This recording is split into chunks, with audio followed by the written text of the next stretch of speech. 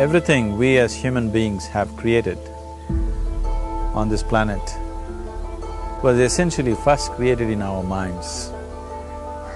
All that you see, which is human work on this planet, first found expression in the mind, then it got manifested in the outside world.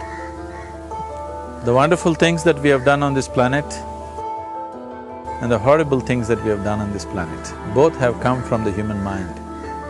So if we are concerned as to what we create in this world, it's extremely important that first of all we learn to create the right things in our mind, how we keep our minds. If we do not have the power to keep our minds the way we want it, what we create in the world is also going to be very accidental and haphazard. So learning to create our minds the way we want is the basis of creating the world the way we want. There is a wonderful story in the yogic lore. On a certain day, a man took a walk. He went for a long walk. Accidentally, unawares, he walked into paradise. Fortunate, isn't he? He just took a walk and he landed up in paradise. After this long walk, he felt little tired. So he thought, oh, I'm tired, I wish I could rest somewhere. He looked around, there was a nice tree, underneath which there was very cushiony grass. So it was inviting. He went and put his head down there and slept. After a few hours he woke up, well rested, and he thought, oh, I'm well rested, but I'm feeling hungry, I wish I had something to eat.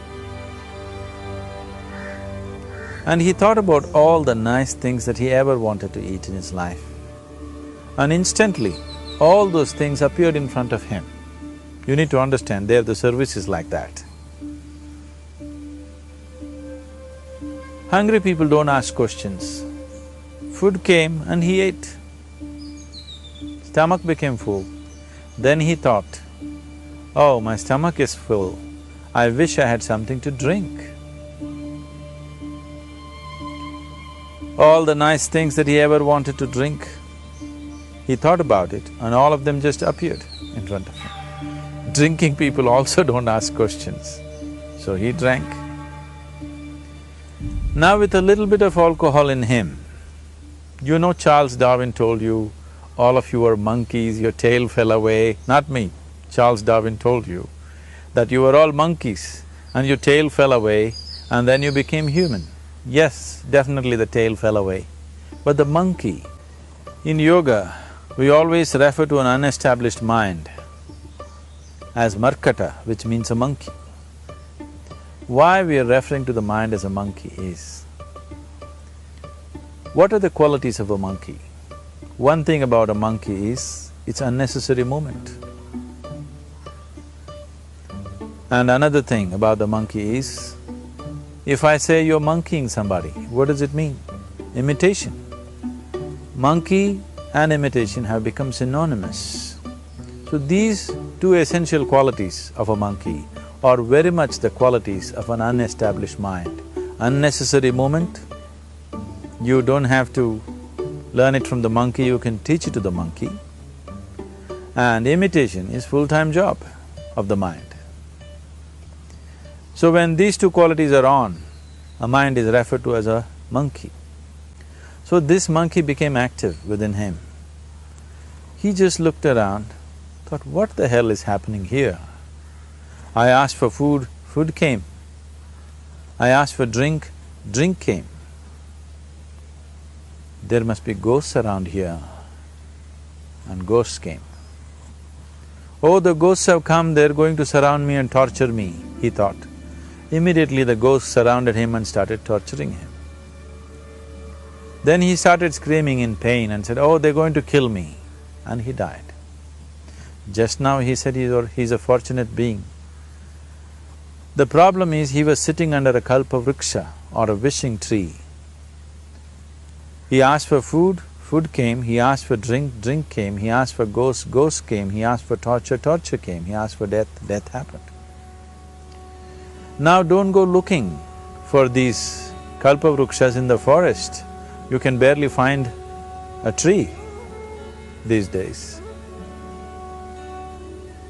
A well-established mind, a mind which is in a state of samyukti, is referred to as a kalpavriksha. If you organize your mind to a certain level of organization, it in turn organizes the whole system. Your body, your emotion, your energies, everything gets organized in that direction. Once all these four dimensions of you, your physical body, your mind, your emotion and the fundamental life energies are organized in one direction, once you are like this, anything that you wish happens without even lifting a little finger actually. It would help to assist it with activity, but even without doing any activity, you can still manifest what you want if you organize these four dimensions in one direction and keep it unwavering in that direction for a certain period of time. Right now the problem with your mind is, every moment it is changing its direction. It is like you want to travel somewhere and every 2 steps if you keep changing your direction, the question of you reaching the destination is very remote unless it happens by chance. So, organizing our minds and in turn organizing the whole system and these four basic dimensions of who you are right now in one direction, if you do this, you are a kalpavruksha yourself. Anything that you wish will happen. But right now, if you look at your lives, everything that you have wished for till now, if it happens, you have finished. Everything and everybody that you have desired for, if all of that lands up in your house today, could you live with that? Once we're empowered like this, it's very important that our physical action, emotional action, mental action and energy actions are controlled and properly directed. If it is not so, we become destructive, self-destructive. Right now, that is our problem. The technology, which is supposed to make our life beautiful and easy, has become the source of all the problem that we are destroying the very basis of our life, which is the planet. So what should have been a boon, we are making a curse out of it. What has brought incredible levels of comfort and convenience to us in the last 100 years or so has also become a threat to our life simply because we are not conscious action, we are in a compulsive state of action. So organizing our minds fundamentally means moving from a compulsive state of activity to a conscious state of activity. You might have heard of people for whom they asked for something and beyond all expectations it came true for them. Generally this happens to people who are in faith. Now, let's say you want to build a house. If you start thinking, oh, I want to build a house, to build a house I need 50 lakhs, but I have only 50 rupees in my pocket, not possible, not possible, not possible. The moment you say not possible, you're also saying I don't want it. So on one level, you're creating a desire that you want something, on another level, you're saying I don't want it. So in this conflict, it may not happen. Someone who has some faith in a god or in a temple or whatever, who is simple-minded. Faith works only for those people who are simple-minded. Thinking people, people who are too much thinking, for them it never works. A childlike person who has a simple faith in his god or his temple or whatever, he goes to the temple and says, Shiva, I want a house. I don't know how, you must make it for me. Now in his mind there are no negative thoughts. Will it happen? Will it not happen? Is it possible? Is it not possible? These things are completely removed by this simple act of faith. Now he believes Shiva will do it for him and it will happen. So is Shiva going to come and build your house? No, I want you to understand, God will not lift his little finger for you. What you refer to as God is the source of creation. As a creator, he has done a phenomenal job, there's no question about it. Could you think of a better creation than this? Is it in anybody's imagination to think anything better than what is there right now? So as a creator, he has done his job wonderfully well, but if you want life to happen the way you want it. Because right now, the very crux of your happiness and your well-being is this. If at all if you're unhappy, the only and only reason why you're unhappy is life is not happening the way you think it should happen. That's all it is. So if life is not happening the way you think it should happen, you're unhappy. If life happens the way you think it should happen, you are happy. It's as simple as that. So if life has to happen the way you think it should happen, first of all, how you think, with how much focus you think, how much stability is there in your thought, and how much reverberance is there in the thought process will determine whether your thought will become a reality or is it just an empty thought. Or how you do not create any impediments for your thought by creating negative thought process. This possible is something possible or not possible, is destroying humanity. What is possible and not possible is not your business, it's nature's business. Your business is just to strive for what you want. Right now you're sitting here, if I ask you two simple questions, I want you to just look at this and answer this. Right now from where you're sitting, can you just fly off? You say no. Right now from where you're sitting, can you get up and walk? You'll say yes. What is the basis of this? Why you say no to flying and yes to walking? Because past experience of life, many times you've gotten up and walked, never did you fly off. Or in other words, you're using the past experience of life as a basis for deciding whether something is possible or not possible. Or in other words, you have decided that what has not happened till now cannot happen in your life in future. This is a disgrace to humanity and the human spirit. What has not happened till now on this planet can happen tomorrow. Human beings are capable of making it happen tomorrow. So what is possible and what is not possible is not your business. That is nature's business. Nature will decide that. You just see what is it that you really want and strive for that. And if your thought is created in a powerful way, without any negativity, without any negative thoughts bringing down the intensity of the thought process, the first and foremost thing is you must be clear what is it that you really want. If you do not know what you want, the question of creating it doesn't arise. If you look at what you really want, what every human being wants is, he wants to live joyfully, he wants to live peacefully. In terms of its relationships, he wants it to be loving and affectionate.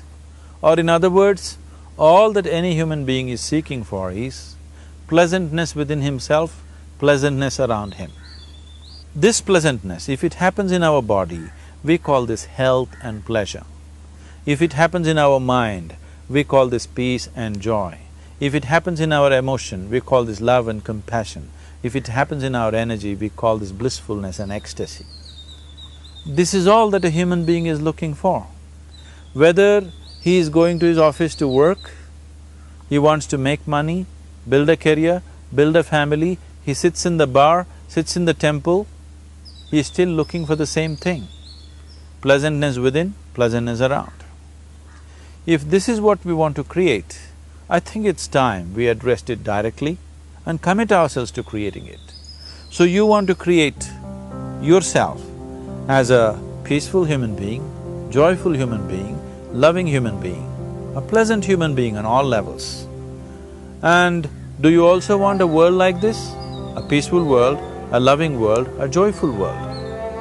No, I want greenery, I want food. When we say a joyful world, that means everything that you want has happened. So this is all that you're looking for. So all that you need to do is commit yourself to creating it, to create a peaceful, joyful and loving world, both for yourself and everybody around you.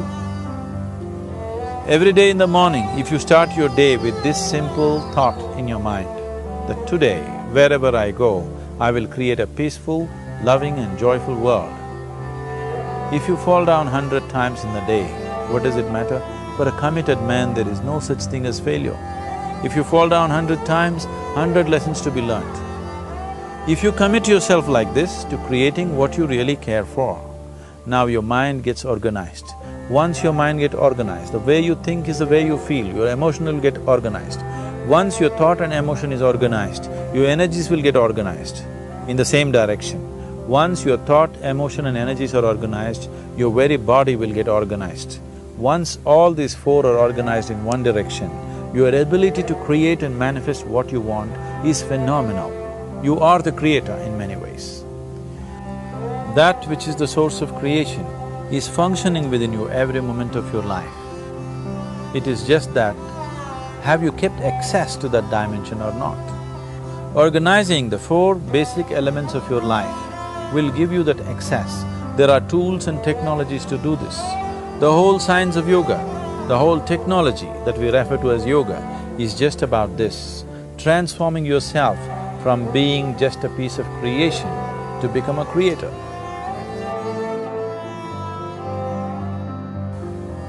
It is my wish and my blessing that every human being in this world should have this access to the source of creation within himself, so that he can function here as a creator, not just as a piece of creation.